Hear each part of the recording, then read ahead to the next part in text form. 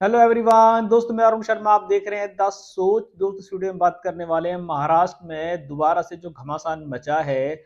शरद पवार की तूती तो दांव पे लगी हुई है। उनको अपना वजूद बचाने के लिए जो जद्दोजहद करनी पड़ रही है, अब उनको उसी बीजेपी उसी संघ की तारीफ करनी पड़ रही है जिसपे कल वो टीकरा फोड़ रहे थे। दोस्तों, अगर आप चैनल में पहली बार हैं, जुड़ सकते हैं सारी वीडियो को देखने। दोस्तों, बात करते हैं शरद पवार के बारे में, जो महाराष्ट्र की राजनीति में सबसे बड़ा चेहरा थे, जिन्होंने इंडिया गठबंधन की नींव रखी और बीजेपी को जड़ से उखाड़ने के लिए 2024 में ओंकार भरी।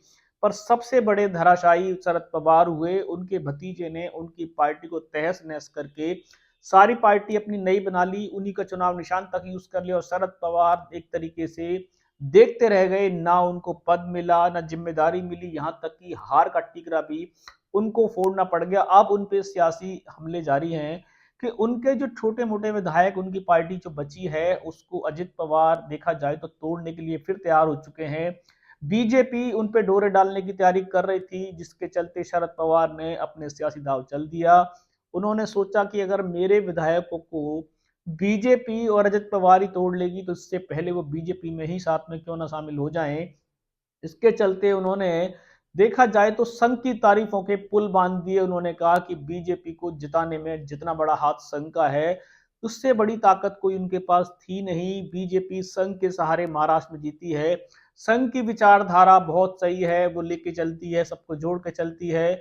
जिस संघ पे कांग्रेस इंडिया पार्टी आज तक निम्न आरोप लगाती है, जो कांग्रेस पार्टी का हिस्सा रहे थे, अब ये बयान शरद पवार का निजी बयान हो सकता है, क्योंकि इंडिया पार्टी इस बयान के साथ उनके साथ नहीं चल सकती। खासकर राहुल गांधी और कांग्रेस तो नहीं चल सकती। पर संघ की बड़ाई के लिए उन्होंने जो ताल ठोकी है, भले ही केजरीवाल का वो सपोर्ट कर रहे हो, पर केजरीवाल भी बीजेपी और संघ की तारीफ के साथ सुर नहीं मिलाएंगे।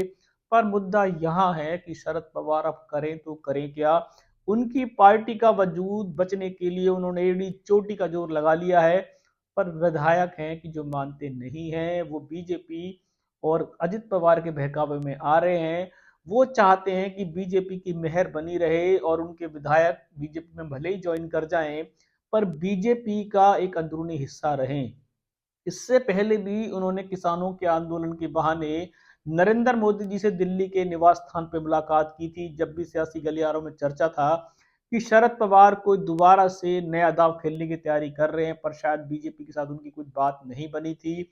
अब वो संघ के आसरे आ गए हैं कि संघ से शायद वो अपनी चिट्ठी लिखेंगे या कोई विनती करेंगे, ताकि बीजेपी उनके विधायकों पर रहम करे और उनके विधायक उनके साथ रहें, ताकि उनका वजूद महाराष्ट्र में ना चला जाए। शरद पवार ने ऐसे दिन की उम्मीद नहीं की थी, पर कहते हैं कि हमेशा तैराक डूबता है। शरद पवार ने लंबी लंबी हुंकारें भरी थी, अजित पवार को भी सुधारने के लिए उन्होंने बीड़ा उठाया था। पर अजित पवार तो सुधरे नहीं, पर शरद पवार का टाइम खराब आ गया। उनकी घड़ी भी उनके पास नहीं है, चुनाव निशान तक भी नहीं बचा और जिस तरीके से इन्होंने इंडिया पार्टी को लीड किया था, वो इंडिया पार्टी भी उनकी देखरेख में धराशायी हुई। अब शरद पवार का मुद्दा बचा है कि उनके विधायक कहीं उनको छोड़कर पार्टी को शून्य पे ना खड़ा कर जाएं और उनका वजूद खतरे में पड़ जाए, जिसके चलते वो बीजेपी के साथ सहमति नताते जरा रहे हैं। अब ये सहमति शरद पवार पे बीजेपी कितनी सहानुभूति रखेगी, कुछ नहीं कहा जा सकता। पर अभी संघ की तारीफ करके वो घिर गए हैं और उस पर केजरीवाल और उनके अन्य के पार्टी के नेता इस विचार से अपना पन्ना काटते नजर आ रहे। दोस्तों, रुझान पे नजर बना के रखेंगे कि सियासी पावर को बचाने के लिए, सियासी कद को रखने के लिए क्या शरद पवार बीजेपी की नीतियों से झूठ मूठ की हाँ करेंगे। क्या संघ के कल तक कोसने वाले शरद पवार उनसे विचार मिलाएंगे। क्या इस विचार के मिलते शरद पवार के विधायक पार्टी में रह पाएंगे। सटीक विश्लेषण लेके आएंगे। अगर आप चैनल पे नहीं जुड़े हैं, जुड़ सकते हैं हमारी आने वाली सभी वीडियो। दोस्तों, मैं अरुण शर्मा मिलूंगा नई सोच के साथ। अपना ध्यान रखें। नमस्कार।